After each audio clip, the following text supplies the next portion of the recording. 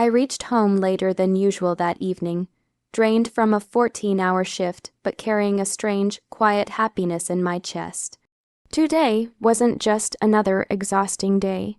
It was the day I made the final payment on the house mortgage. 7 years, $680,000, every cent earned through double shifts, lost weekends, and skipped meals, but it was done. Our house was finally safe.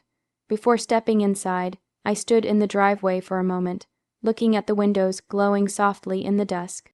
This house held my childhood laughter, my father's voice echoing in the hallways, and my mother's dreams stitched into every corner.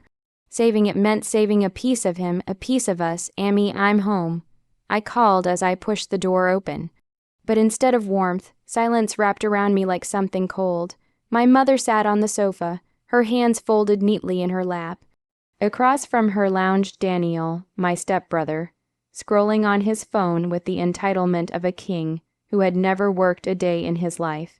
"Sit, Adel," my mother said. Her tone was formal, stiff, nothing like her usual warmth. Something twisted in my stomach. I took a seat cautiously. She inhaled and said words that didn't feel real, not at first. "I know you paid off the $680,000 mortgage, but we're gifting the house to Daniel." The room went silent. My heartbeat thundered like it wanted to escape my chest. "You're gifting it," I repeated, unsure if I misheard. My mother nodded, as calm as someone talking about the weather. "Your brother needs stability. He's starting a life, and you're responsible. You'll manage on your own." The words stung deeper than anything I had ever heard. I looked at Daniel. He grinned. A slow, satisfied grin that made my stomach drop. "Thanks, bro," he said, like I had just handed him a free car. "Amy," I whispered, "I saved this house. I paid every dollar. You know that." She waved her hand dismissively. "And I raised you. This is how families help each other. Family." The word suddenly tasted bitter. "So I struggle for years," I said slowly, "and he just gets everything." She didn't answer. She didn't have to. I felt something inside me crack quietly, painfully. All the sacrifices, all the pride I carried, turned to dust in seconds. I stood up on trembling legs. "If this is what you've decided, then I have nothing more to say." And for the first time in my life, I walked out of the house feeling like a stranger in the place I once called home. That night, I sat alone in my tiny rented room, the dim glow of a single lamp casting long shadows across the walls. Outside, the city hummed with life, but inside, I felt utterly invisible. The words my mother had spoken earlier echoed relentlessly in my mind. "We're gifting the house to Daniel. You'll manage on your own." I thought about the years I had poured into that home, the sacrifices I had made so silently. Every late night shift, every penny saved, every birthday and holiday I skipped, all to ensure the house remained ours. And now it was as if none of it mattered. I had been the backbone of our family, and yet, in the moment it counted the most, I was discarded like a broken toy. I remembered my father's face, calm and trusting, telling me I had to be responsible, that one day I would understand duty. I had understood it. I had carried that duty like a torch, through rain, exhaustion, and pain, and for what? To watch the house, the home I had fought for, handed to someone who had done nothing. A tight knot of anger and grief twisted in my chest. My hands shook, not from weakness, but from the fury I barely recognized in myself. It wasn't just about the house. It was about respect, about acknowledgement, about being seen as someone who mattered. All those years of loyalty had meant nothing to them, and yet, beneath the hurt, a cold clarity began to form. If this betrayal had revealed anything, it was the truth about my place in this family. I was not valued for my heart or my effort. I was valued for what I could give, and when the giving was complete, I was to be set aside. A sense of resolve replaced some of the pain. I could either crumble under this weight or rise above it. I would not let their favoritism define me. I would not allow Daniel's smugness or my mother's manipulation to control my life. I stood up and walked to the window, watching the streetlights flicker in the darkness. I realized that this was the breaking point, not just the breaking point of anger, but the breaking point of acceptance. I would no longer be a pawn in their games. I would reclaim my dignity, my life, and my worth on my terms.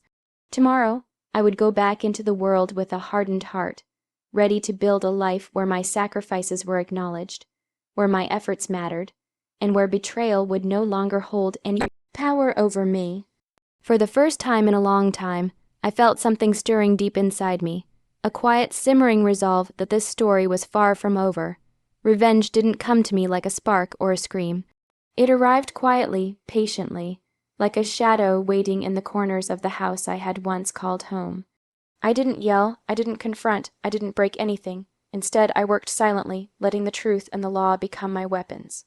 The first step was clarity. I gathered every record, mortgage statements, bank transfers, receipts, proof that every single dollar of that house had been mine in effort, sweat, and sacrifice.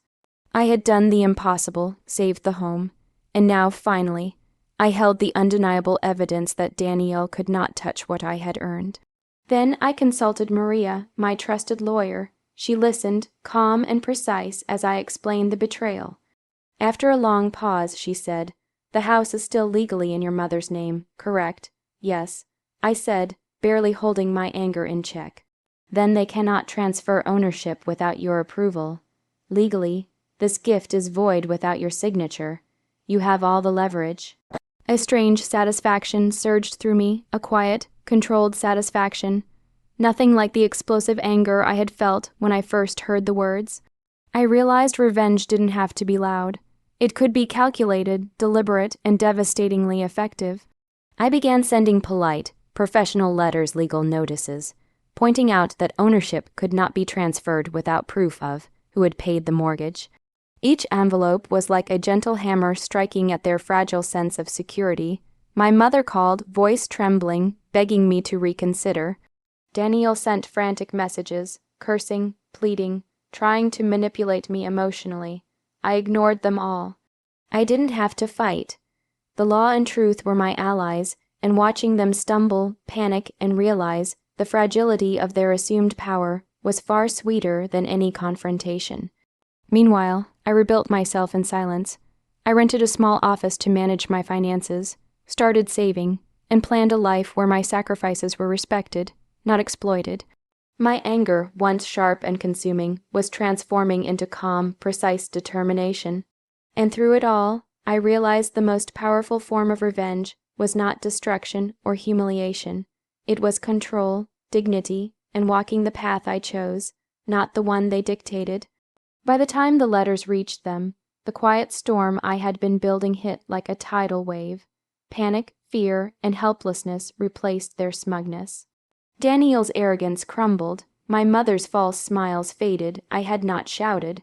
I had not broken their lives personally. I had merely given the law, facts, and patience enough time to dismantle their plans. In that silence, I discovered something more valuable than the house itself. My power, my peace, and the knowledge that betrayal could be answered with graceful, undeniable revenge. 2 months had passed since I last spoke to my mother. In that time, silence had become my ally. I had not called. I had not pleaded. I had not screamed, but I had worked quietly, preparing, planning, and waiting for the moment when truth and justice would do their work. When I finally returned to the house, my mother's face looked older, thinner, and haunted.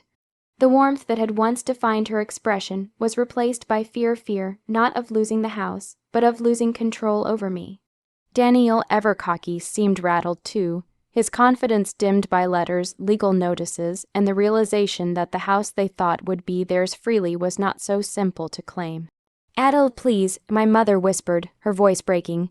"We didn't know it would turn out like this. We just wanted to help Daniel, help him," I repeated, calm but firm.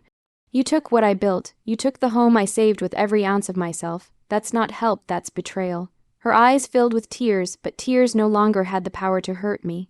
They were too little, too late. "The house that's legally tied to your payments," I said. "He cannot claim it without my signature." I watched as the weight of reality finally sank in for them. Panic flickered across Daniel's face. He tried to argue, tried to manipulate, but I didn't flinch. I had spent months preparing for this moment. Every receipt, every bank statement, every document that proved my ownership of my hard work was in place. "I don't want the house. I said quietly, letting the words hang in the room like a sword. My mother's mouth opened, then closed. Daniel's eyes widened in disbelief, but I won't let it go to him either. I continued. Instead, it will be sold, and half the proceeds will go to a charity in Father's name. The rest will reimburse me for what I paid. A shock froze them both. The greed, the entitlement, the smugness, they all evaporated under the weight of truth and justice. For the first time, I saw fear and regret in their eyes, the same fear I had felt for years, waiting for recognition that never came. I walked away that day feeling lighter than I had in years. I didn't need the house to feel victorious. The betrayal had shaped me, yes, but the revenge, quiet, precise, and lawful, had freed me. Sometimes revenge isn't about destruction. Sometimes it's about walking away, while leaving those who underestimated you to face the consequences of their own greed. I rented a new apartment, started a fresh chapter, and surrounded myself with people who valued me for who I was, not for what I could provide. And for the first time in a long time, I felt a peace that betrayal could never take from me.